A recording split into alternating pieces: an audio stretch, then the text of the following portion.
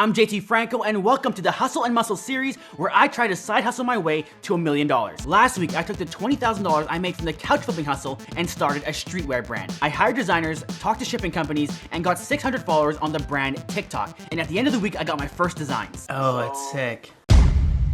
So we're back at it, day number 8 now, I believe. And I got some designs back today, but they're not quite as sick. Now again, the brand is supposed to be a secret, but I'll show you some of these because they're just not cool. It's just so far off base of what I was trying to get done. And the worst part is that I paid over $300 to get these all done because I made her do the entire collection. So anyone that's doing this, if you're doing designers and hiring a bunch of them like I did, make them do just one design first to see if you actually like their work and then get them to do the rest. So while I wait for the designers to get done with all that, we're gonna head to the mall. I'm gonna feel out some fabrics because I know nothing about fabrics, which is probably an important thing to know when starting a clothing brand. So we're gonna test some stuff out and get some inspiration. What is this stuff made of? Made in Honduras. 100% cotton. Do you like this material? Or is it too stretch? It feels like tweed. Cotton. Jack and Jones. Yeah, it's 100% cotton. 100% cotton? There's different types of cotton that I need to learn because everything's cotton, but they all feel different. I love these things. I will definitely have a patch of something. Armani. Armani's really ugly. So today we learned that everything is made of 100% cotton basically, and there must be some kind of blend or some kind of quality type to the cotton, which I need to research. So I'll keep that in mind when talking to suppliers. Overall, a very insightful trip.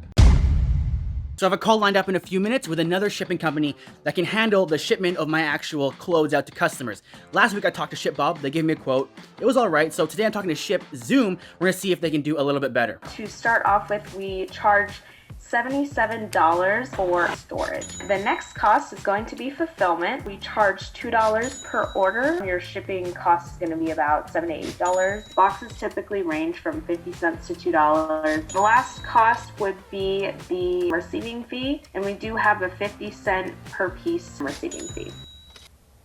50 cents per piece? Mm-hmm. Like per item? Yes. Wow. I am blown away. That is insane. I was totally on board with all of her quotes. Sounded great, but a 50 cent receiving fee per item is insane. That means if I send in 2,000 t-shirts, they're gonna charge me $1,000 just to get the boxes and receive it in their warehouse. I'm thinking we just do it ourselves for now. Yeah, might as well just fucking stick it in the garage or stick it in the bag or something. We're approaching the 2-week mark now, and this is our total spend. We're at $942, and all that money has gone directly into the designs. But there's really not much to show for it, so I'm gonna push a little bit harder. I really wanna get the whole collection done and ready for the end of the month. So we basically have a week.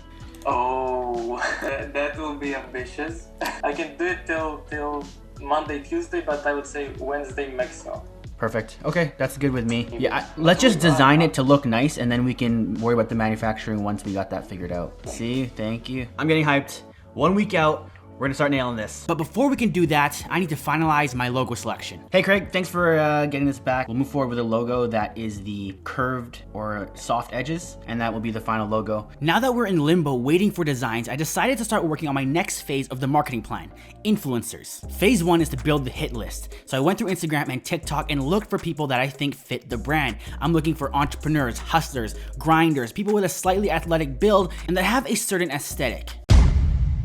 So TikTok update, we had some early success. The first video blew up and we're now at about 1,200 followers on TikTok, which is awesome. But I've run into a problem. I don't really know what to post anymore.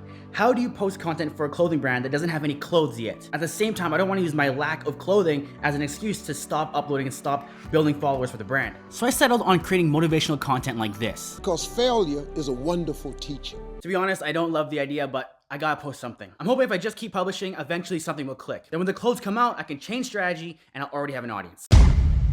All right, this is it. Today's the day. Boyan, the main designer, got back to me. The full collection is done. Let's go check it out. Now, I went back and forth with Boyan over the last few days and I approved every one of these designs. But now that I've got them all together and I've looked at them for the last few minutes, for some reason I just feel like I don't love it. So I spent the day rearranging most of the pieces. So now we're getting back at 5 designs, and we gotta make it 4. One of these guys gets cut. Do all have equally as good of a sounding message? This probably has the strongest message, to be honest. That's why I made the conversation, because I feel like that one has a strong message to me. Deliverance has a quick, easy little message. It's kind of like, almost for me, like cliche. But my secondary problem though is like, if I want to go ads, Instagram ad is like, boom, the fucking image, you have to know what the fuck that means. It has to be obvious. I want them to be able to kind of understand the story the second they see it. I think the one that has the most powerful message is the one that's going to be won over. I agree, but my fear is that I don't get the opportunity to tell us it. Yeah, what if we rock it like that? And then that's the line, we scrap deliverance, and that's what we got. I hella fuck with that. Boom, the collection is set. I just need to finish a few details with the designer, and then we can start talking to manufacturers, and this clothing line can start coming into reality. If you want to follow this journey in real time, just follow me on TikTok. I upload an episode there every single day. Otherwise, I'll see you here next week on another episode of Hustle and Muscle Streetwear Startup Edition. So yesterday I told the designer to make one more design for the clothing brand. I want to call it Kiss of Death. I'm going to give you guys a sneak peek. Now it's not totally done, and this is just one component, but this is the Kiss of Death.